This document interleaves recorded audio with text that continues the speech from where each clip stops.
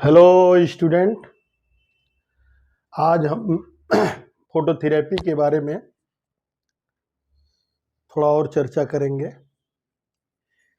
देखिए, आप जितने भी स्टूडेंट हैं, बीएमएस के स्टूडेंट हैं, आप लोगों को दोनों पैथी की जानकारी होनी चाहिए, आयुर्वेद की भी और एलोपैथ की भी।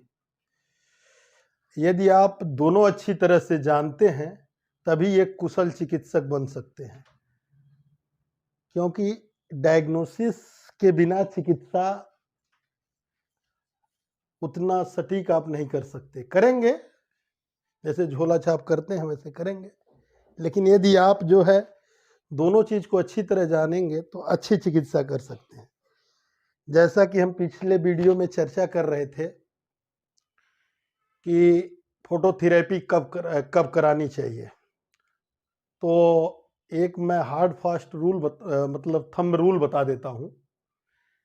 जितना बेबी का वेट होता है उसका 5 गुना अगर बिलिरुबिन हो जाए तो वो फोटोथेरेपी की इंडिकेशन है, मतलब उस कंडीशन में फोटोथेरेपी कराएंगे। जैसे बेबी का वेट अगर मान लीजिए 1 किलो है तो उसका जो है बिलिरुबिन, टोटल सीरम बिलिरुबिन जो है 5 मिलीग्राम, क्योंकि पर डीएल से अधिक हो, 5 से गुणा करेंगे 1 केजी में तो 5 गुणे 1 5 मिलीग्राम आएगा।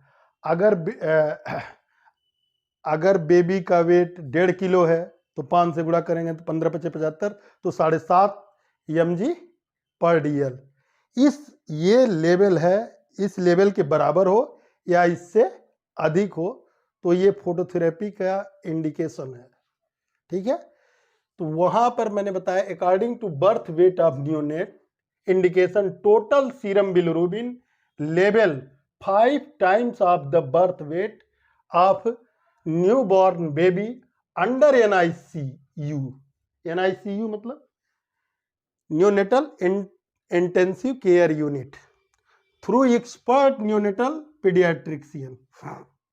इसका मतलब यह है, अगर आप 1.5 किलो का बच्चा है तो उसका 5 से गुणा करिए, इससे अधिक हो जाए तब फोटोथेरेपी कराना ही कराना, या इसके बराबर आ जाए 2 गुणे 5 तो इतना।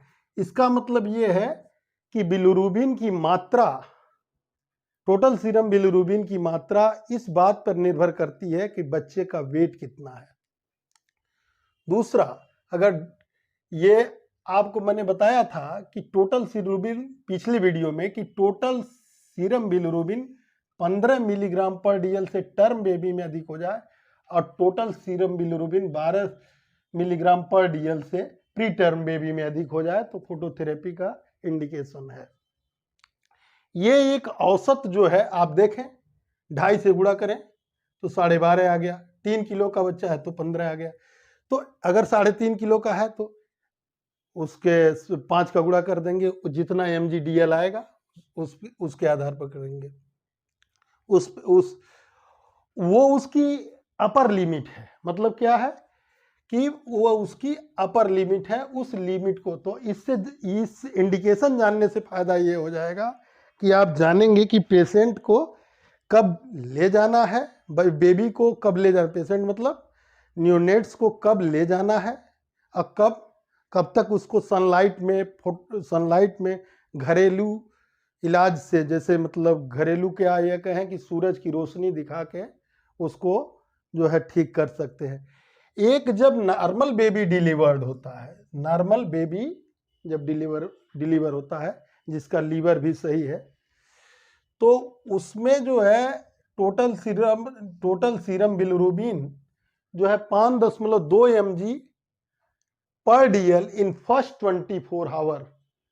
फर्स्ट 24 आवर जब बच्चा डिलीवर हुआ तो 5.2 मिलीग्राम पर डीएल, डेसीलीटर, इसका या डीएल को क्या बोल सकते हैं, 100 ml blood, 5.2 mg 100 ml blood में जो है 24 आवर में, ये सामान्यतः 72 घंटे तक बढ़ता है।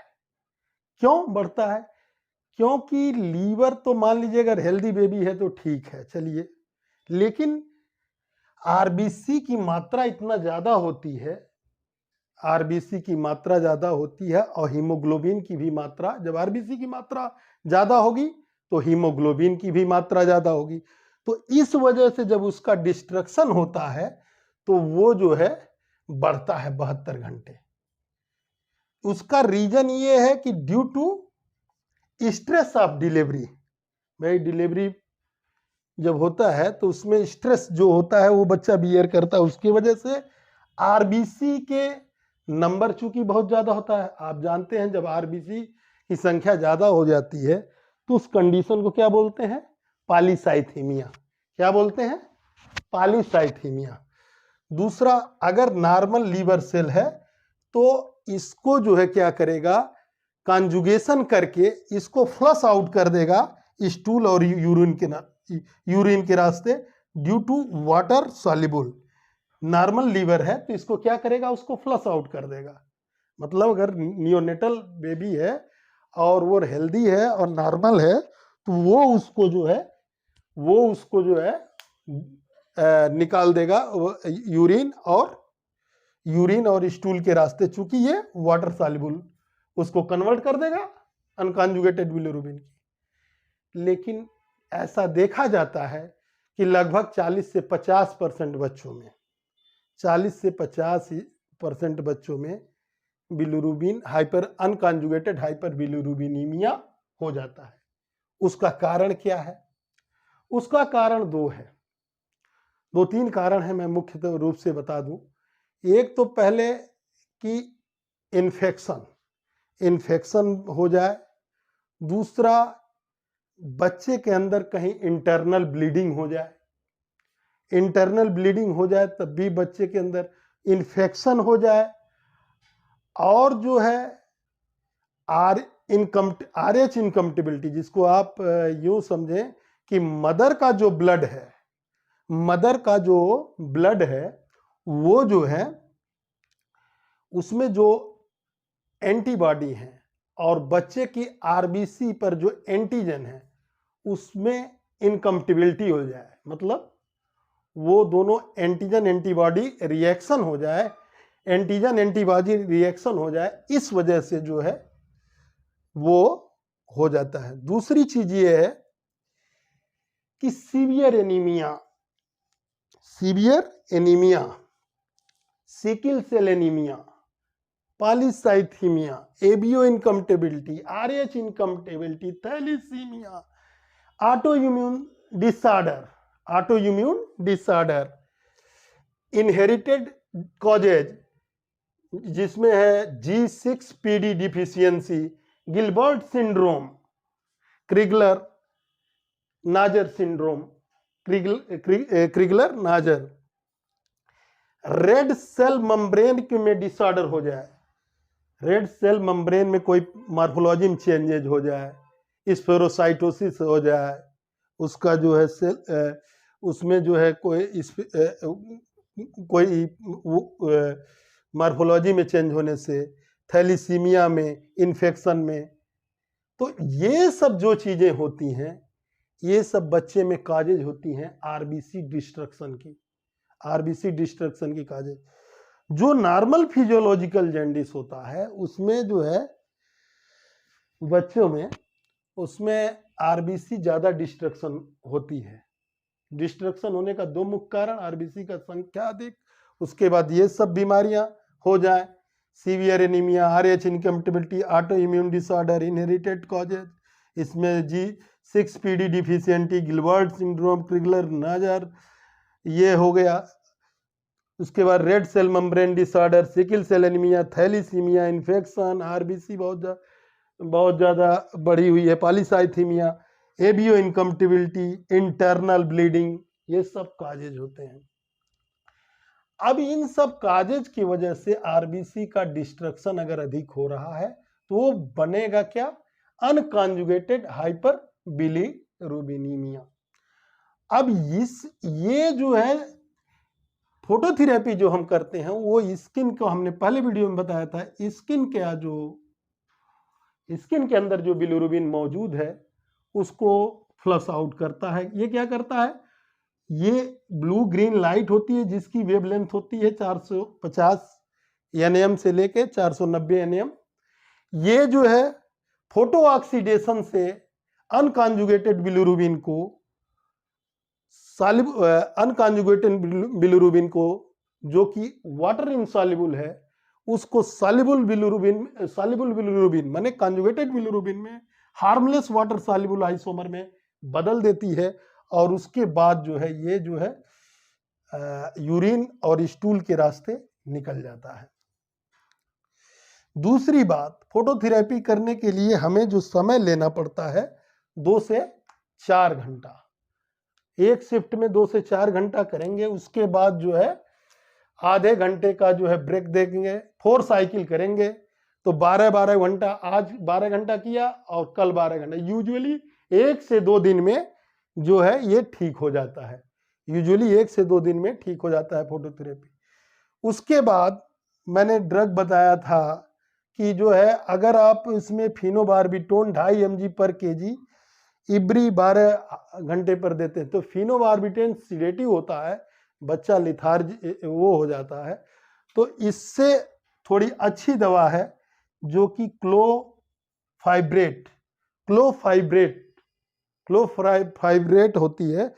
क्लोफाइब्रेट लिखने वाला जरा देना, क्लोफाइब्रेट जो है 500 mg एडल्ट डोज है, ये नहीं है तो वो हो गया दूसरा। दो क्लोफाइब्रेट तो क्लोफाइब्रेट जो ड्रग आती है ये जो है इसको देते हैं। अब हीमोलिसिस के कागज में हम चर्चा कर रहे थे कि जो मैंने बताया था उसमें कि फिनोबार्बिटोन और क्लोफाइब्रेट कोलेस्ट्रॉल कम करने की दवा है, लेकिन इस फिनोबार्बिटोन ये दोनों जो है क्लोफाइब्रेट कोलेस्ट्रॉल कम करने की दवा है, लेकिन ये 50 mg में दे देते हैं।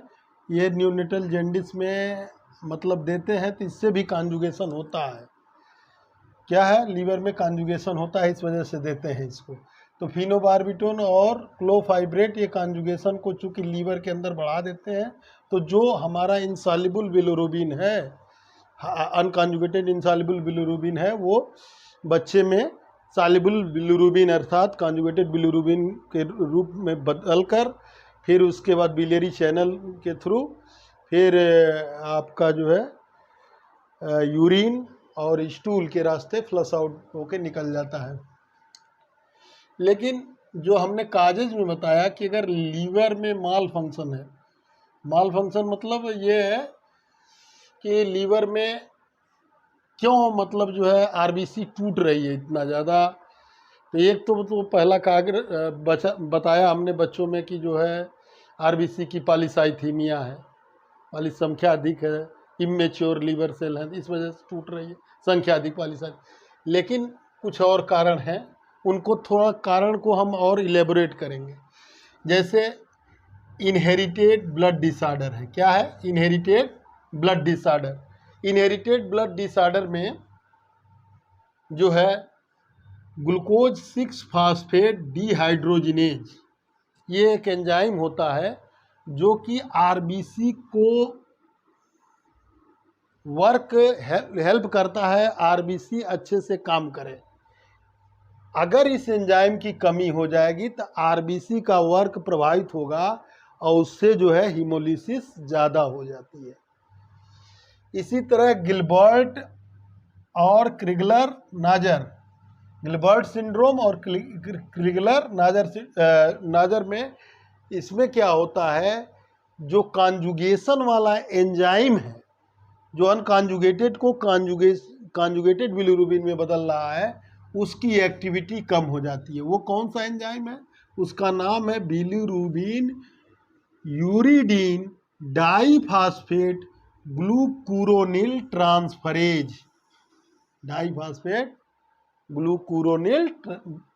ट्रांसफरेज। इस एंजाइम की जब कमी हो जाती है तब जाके जो है कॉन्जुगेशन नहीं हो पाएगा, तो कॉन्जुगेशन नहीं हो पाएगा तब भी जो है इसकी एक्टिविटी कम होने से तब भी हीमोलिसिस ज़्यादा होगी। ठीक है, हीमोलिसिस होने के लिए ये सब इनहेरिटेड डिसऑर्डर है, इनहेरिटेड डिसऑर्डर है, इसमें जीन में। इसी तरह एक है आपका सिकिल सेल एनीमिया, इसमें म्यूटेशन आप जीन में म्यूटेशन हो जाता है, ये भी इनहेरिटेड ब्लड डिसऑर्डर है। तो वो जो है आरबीसी जो है सिकिल सेप की हो जाती है। तो सिकिल सेप की हो जाएगी तो उसमें ना ऑक्सीजन कैरिंग की कैपेसिटी रहती है न, उसके बाद वो जो है वो उसका भी हीमोलिसिस होता है। थैलीसीमिया, इसमें भी इनहेरिटेड ब्लड डिसऑर्डर है, इसमें म्यूटेशन हो जाता है in DNA of the cell of, जो हीमोग्लोबिन बनाता है, जो हीमोग्लोबिन बनाने के लिए डीएनए जिम्मेदार है, उस डीएनए के अंदर म्यूटेशन हो जाता है जिसकी वजह से थैलीसीमिया हो जाती है, और इसके वजह से भी जो है हीमोलिसिस होती है। ये भी थैलीसीमिया दो प्रकार का होता है, thalassemia major, thalassemia minor. Thalassemia major में बहुत ज़्यादा आरबीसी टूटती है और माइनर में कम टूटती है। उसके बाद जो है कुछ इनकम्पटिबिलिटी वाली बीमारियां होती हैं, जैसे आरएच इनकम्पटिबिलिटी है। मतलब आरएच इनकम्पटिबिलिटी, मदर के ब्लड में जो प्लाज्मा है उसमें जो एंटीबॉडी है वो जो नियोनेट के आरबीसी पे एंटीजन है उससे इनकम्पटेबल है, मतलब दोनों एक दूसरे के विरोधी हैं, कंपेटेबल नहीं है, इसी नाते उसमें एंटीजन एंटीबॉडी रिएक्शन होता है।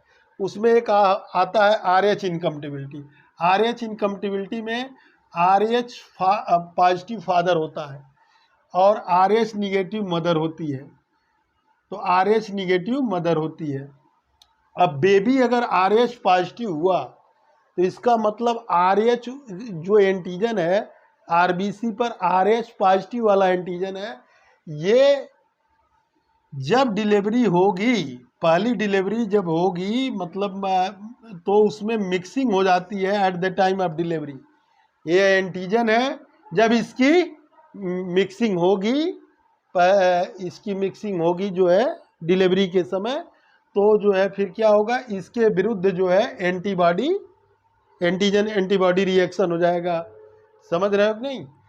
इसमें क्या होता है कि जो आरबीसी, बेबी के आरबीसी पर जो एंटीजन है, बेबी के आरबीसी पर जो एंटीजन है वो मदर के डिलीवरी के समय में ये एंटीजन उसके बॉडी में पहुंच जाता है। ये जब मतलब उसके ब्लड प्लेसेंटा के थ्रू बेबी के ब्लड में जो आरबीसी है, वो आरबीसी में जो आरएच एंटीजन है वो प्लेसेंटा के थ्रू जो है डिलीवरी के समय मदर के ब्लड में चला जाता है, और जब ब्लड में चला जाता है तो वहाँ पर मदर के ब्लड में एंटीबॉडी का फार्मेशन होने लगता है, और जब एंटीबॉडी का फार्मेशन होने लगता है तो पहले बच्चे में तो कोई इशू नहीं होती है क्योंकि पहली बार मिक्सिंग हुई है, तो पहला बच्चा सेफ डिलीवर होकर निकल जाता है। लेकिन जब फिर फर्दर हो जाए आरएच पॉजिटिव बच्चा होता है तो उसमें एग्लूटिनेशन हो जाता है, एंटीजन एंटीबॉडी रिएक्शन, क्योंकि पहले से उसमें एंटीबॉडी मौजूद है और आरएच एंटीजन इधर मौजूद है, तो प्लेसेंटा से जब उसको पोषण मिलेगा तो जो है आरएच एंटीजन एंटीबॉडी रिएक्शन हो जाएगा और उससे फिर एग्लूटिनेशन होगा, और उस एग्लूटिनेशन से हीमोलिसिस बहुत ज़्यादा होती है और सीवियर होती है। ये सीवियर होती है, जबकि एबीओ इनकम्पटिबिलिटी में उतनी सीवियर हीमोलिसिस नहीं होती है। एबीओ इनकम्पटिबिलिटी क्या होता है, बेबी का ब्लड ग्रुप ए हो चाहे बी हो चाहे ए बी हो, अब मदर का ब्लड ग्रुप ओ हो। अब देखिए, इस हमेशा एक सिद्धांत ये जान लीजिए, सेम एंटीजन और सेम एंटीबॉडी रहेगी तो ब्लड में एग्लूटिनेशन हो जाएगा। सेम एंटीजन सेम एंटीबॉडी रहेगी। अब इसमें क्या है, ए में क्या है, एंटीजन ए है, बी ब्लड ग्रुप में एंटीजन बी है, ए बी ब्लड ग्रुप में एंटीजन ए है, एंटीजन बी है। लेकिन ए ब्लड ग्रुप में एंटीजन है ए और उसके अंदर एंटीबॉडी बी है, बी एंटीजन, बी वाले ब्लड ग्रुप में बी एंटीजन है लेकिन एंटीबॉडी ए है। ए बी ब्लड ग्रुप में एंटीजन ए है, एंटीजन बी भी है, लेकिन इसमें कोई एंटीबॉडी नहीं है। ये इसी वजह से आदमी ए ब्लड ग्रुप का उसका ब्लड नहीं जम गया, क्योंकि एंटीबॉडी बी है, बी वाले में एंटीजन बी है तो एंटीबॉडी ए है। इसी तरह ए बी ब्लड ग्रुप में, तो ए बी ब्लड ग्रुप में एंटीजन ए भी है और एंटीजन बी भी है, लेकिन एंटीबॉडी कोई नहीं है। लेकिन जब मदर का ब्लड ग्रुप ओ रहेगा तो इसका मतलब इसमें दोनों एंटीबॉडी, ओ ब्लड ग्रुप का में क्या होता है कि एंटीजन बिल्कुल नहीं होता है, लेकिन एंटीबॉडी दोनों मौजूद होती है। तो एंटीबॉडी ए और एंटीबॉडी बी ये दोनों रहेगा। तो जब इसका एंटीजन मतलब बेबी का आरबीसी पर जो एंटीजन है ये जाके मदर के एंटीबॉडी से सेम हो गया। अब सेम हो गया ना, एंटीजन ए और एंटीबॉडी ए। तो जब सेम हो जाता है तो ये प्लेसेंटा के थ्रू जब ये एक्सचेंज होता है तो सेम चूंकि रहने की वजह से ये क्या होता है, एग्लूटिनेशन हो जाता है। और हर पहले में तो कम, दूसरे प्रेगनेंसी में और ज़्यादा, तीसरे में और ज़्यादा बढ़ती जाती है, तो मतलब प्रोग्रेसिव होती जाती है। तो इस वजह से क्या सिद्धांत है, सेम एंटीजन सेम एंटीबॉडी अगर मिलेंगे तो कोई एग्लूटिनेशन होगा। अब इसमें चूंकि एंटीबॉडी मदर के ओ ब्लड ग्रुप में तो एंटीजन नहीं है, इसी नाते इसको जीरो ग्रुप बोलते हैं। जीरो ग्रुप मतलब होता है जिसमें बिल्कुल एंटीजन ना हो, लेकिन एंटीबॉडी दोनों है, एंटीबॉडी ए एंटीबॉडी बी। इसमें एंटीजन ए वाले बेबी का जो ग्रुप है वो चाहे ए हो चाहे बी हो चाहे ए बी हो, तो ए होगा तो उसमें एंटीजन ए होगा, बी होगा तो एंटीजन बी होगा, ए बी ग्रुप होगा तो एंटीजन ए बी होगा, बी भी होगा, लेकिन ए बी ग्रुप में कोई एंटीबॉडी नहीं होती।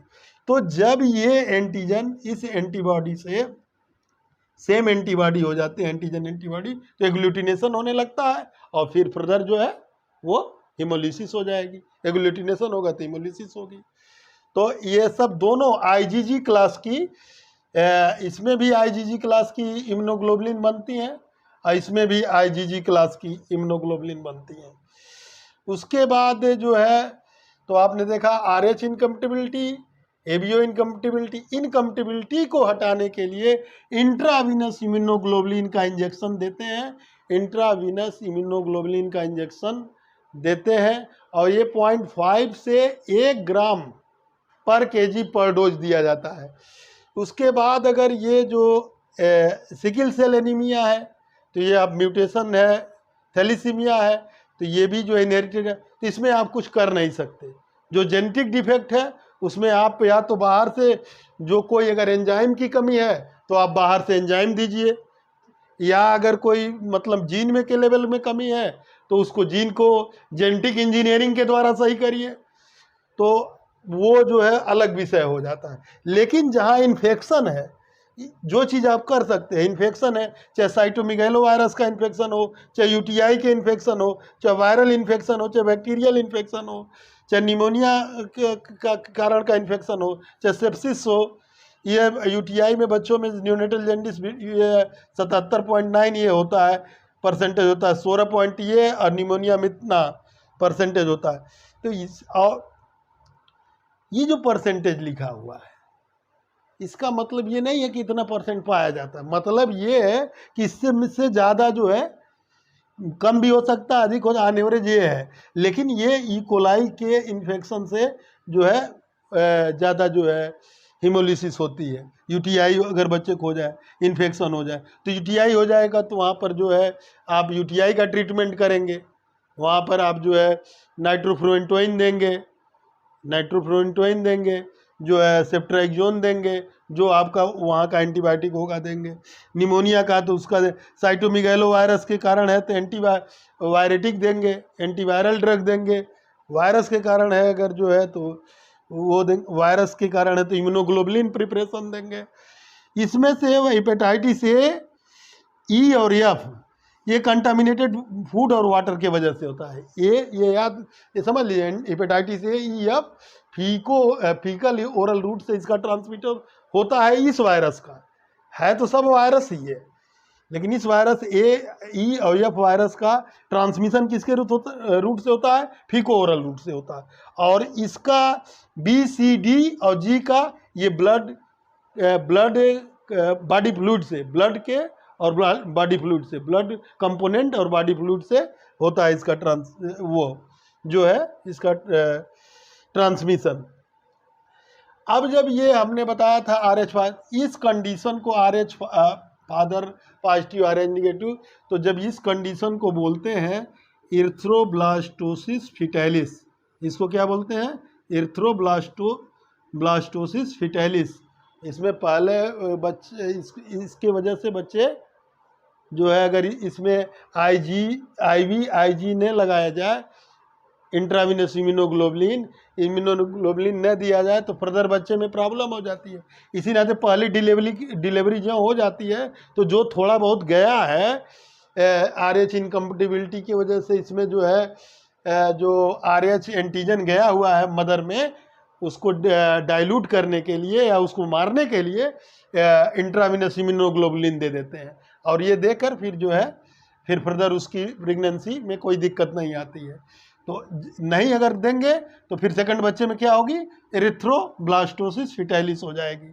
तो ये चीज़ें हैं, कहीं एंजाइम की गड़बड़ी है, तो कहीं इनकम्पेटिबल है एंटीजन एंटीबॉडी जिसको ऑटो इम्यून डिसऑर्डर कहते हैं, तो कहीं इन्फेक्शन है, तो कहीं जो है आपका लीवर के अंदर माल फंक्शन है और वो जो है उस वजह से है, कहीं एंजाइम की गड़बड़ी है, कहीं इमेच्योर लीवर है, कहीं इन्फेक्शन है। इन सब कारणों से जो है हीमोलिसिस बच्चों में हो जाती है। अब पॉलीसाइथीमिया तो कारण है ही है, और भी तमाम कारण हैं। अब जो है यहीं पर मैं वीडियो ये समाप्त करता हूँ। यदि आपको अच्छा लगा हो तो मेरे चैनल को लाइक और सब्सक्राइब करिए। धन्यवाद। इसमें हम ट्रीटमेंट बताएंगे कि देखिए, ट्रीटमेंट जो है न्यूनेटल का अलग होता है, जिसमें हमने बताया था आपको न्यूनेटल जॉन्डिस में जो है वहाँ फोटोथेरेपी है, ब्लड एक्सचेंज ट्रांसफ्यूजन है, और जो है फोटोथेरेपी है, और इम्यूनोग्लोबुलिन्स देते हैं। इन्फेक्शन हो गया तो इन्फेक्शन की दवा देंगे, एंटीबायोटिक देंगे। अगर वायरल इन्फेक्शन है तो उसमें भी इम्यूनोग्लोबुलिन्स देंगे। वो बच्चों का उधर का हिसाब है। लेकिन अगर एडल्ट में होता है जॉन्डिस जैसे किसी कारण से, तो लीवर के कारण से अगर है, तो उसमें हमने पहले भी वीडियो में बताया था, ग्लूकॉन डी देंगे, प्रोटीनेक्स देंगे। ग्लूकॉन डी ग्लूकोज सप्लीमेंट देते हैं उसको रिजेनरेशन के लिए प्रोटीन देंगे, इससे हीमोग्लोबिन का फॉर्मेशन ज़्यादा होगा। मेट्रोजिल देंगे इन्फेक्शन अगर है कोई। इसमें मेटाडॉक्सिन और जो है सिलीमेरिन, ये जो है मेटाडॉक्सिन और सिलीमेरिन जो है ये एक तरह का क्या है? पोटेंट एंटीऑक्सीडेंट है। तो ये लीवर सेल को जो है रीजनरेशन में मदद करता है। और उसके बाद जो है जो यल आर्निथिन है और यल एस्पार्टेट है, यल आर्निथिन और यल एस्पार्टेट, ये जो है इस चीज को देते हैं। तो ये जो है बाइल को ये जो है बिलियरी फ्लो को भी क्लियर करता है। लीवर डिसऑर्डर में बिलियरी फ्लो को क्लियर करता है। ये ट्राइकोलिन जो देते हैं, ये कोलेस्ट्रॉल को बाइल में ट्राइकोलिन साइट्रेट जो होता है, ये कोलेस्ट्रॉल को जो है उसमें बाइल में ज़्यादा बना के कन्वर्ट करता है। तो ट्राइकोलिन साइट्रेट जो है क्या करता है? कोलेस्ट्रॉल को फैटी लीवर में देते हैं, फैटी लीवर में इसको देते हैं ट्राइकोलिन साइट्रेट। तो ये क्या करता है? जो हमारे बॉडी में कोलेस्ट्रॉल है जो लीवर के अंदर, उसको कन्वर्ट कर देता है ज़्यादा से ज़्यादा बाइल में। इसी का एक और होता है सार्बिटाल जो देते हैं। सार्बिटाल क्या होता है? लग्जेटिव होता है, और ये सार्बिटाल जो होता है लग्जेटिव होता है। तो सार्बिटाल क्या करता है कि उसको जो है इंटेस्टाइन को, पेरिस्टालसिस को बढ़ा देता है, तो जो बाइल बना रहता है वो निकल जाता है, बाइल जो बना रहता है वो फ्लश आउट हो जाता है बिलियरी चैनल के थ्रू। एंटीऑक्सीडेंट देते हैं तो ये भी जो है उसको जो है रीजनरेशन में मदद करता है। इंजेक्शन विटकोफॉल, फोलिक एसिड, साइनोकोबालामिन और ये जो है दे देते हैं, इससे भी जो है हीमोग्लोबिन का लेवल ऊपर जाता है, क्योंकि हीमोलिसिस हो रही है तो हीमोग्लोबिन का लेवल हमें ऊपर ले जाना है। इंजेक्शन आयरन और इंजेक्शन इपोइटिन अल्फा, ये अगर फार्मेशन को बढ़ाना है तो इसको दे सकते हैं। अब ये सब ऐसा है कि जो है देने के लिए एलोपैथिक दवाएं हैं, इनके बहुत साइड इफेक्ट भी होते हैं। हमने कहा ये दे दीजिए, ये दे दीजिए, लेकिन आपको ये सब चीज़ अंडर NICU के NICU मतलब न्यूनेटल इंटेंसिव केयर यूनिट के अंदर ये सब चीज़ें उसको पर केजी बॉडी वेट से बच्चे के कैलकुलेट करके ही दिया जाता है, कोई चीज़ दिया जाए। अब बड़ों में है तो ये जो है जैसे और एक होता है जो है मेडॉक्सिन भी है, और एक है अर्सिडाइल हमने बताया था, उसमें होता है अर्सोडीऑक्सीकोलिक एसिड। अर्सोडीऑक्सीकोलिक एसिड ये क्या करता है, ये भी जो है गालस्टोन को डिजॉल्व करता है, ये गालस्टोन को डिजॉल्व करता है, फार्मेशन नहीं होने देता है। तो हमने उसमें बताया था कि अर्सोडाइल की भी जो है वो टेबलेट आती है मार्केट में,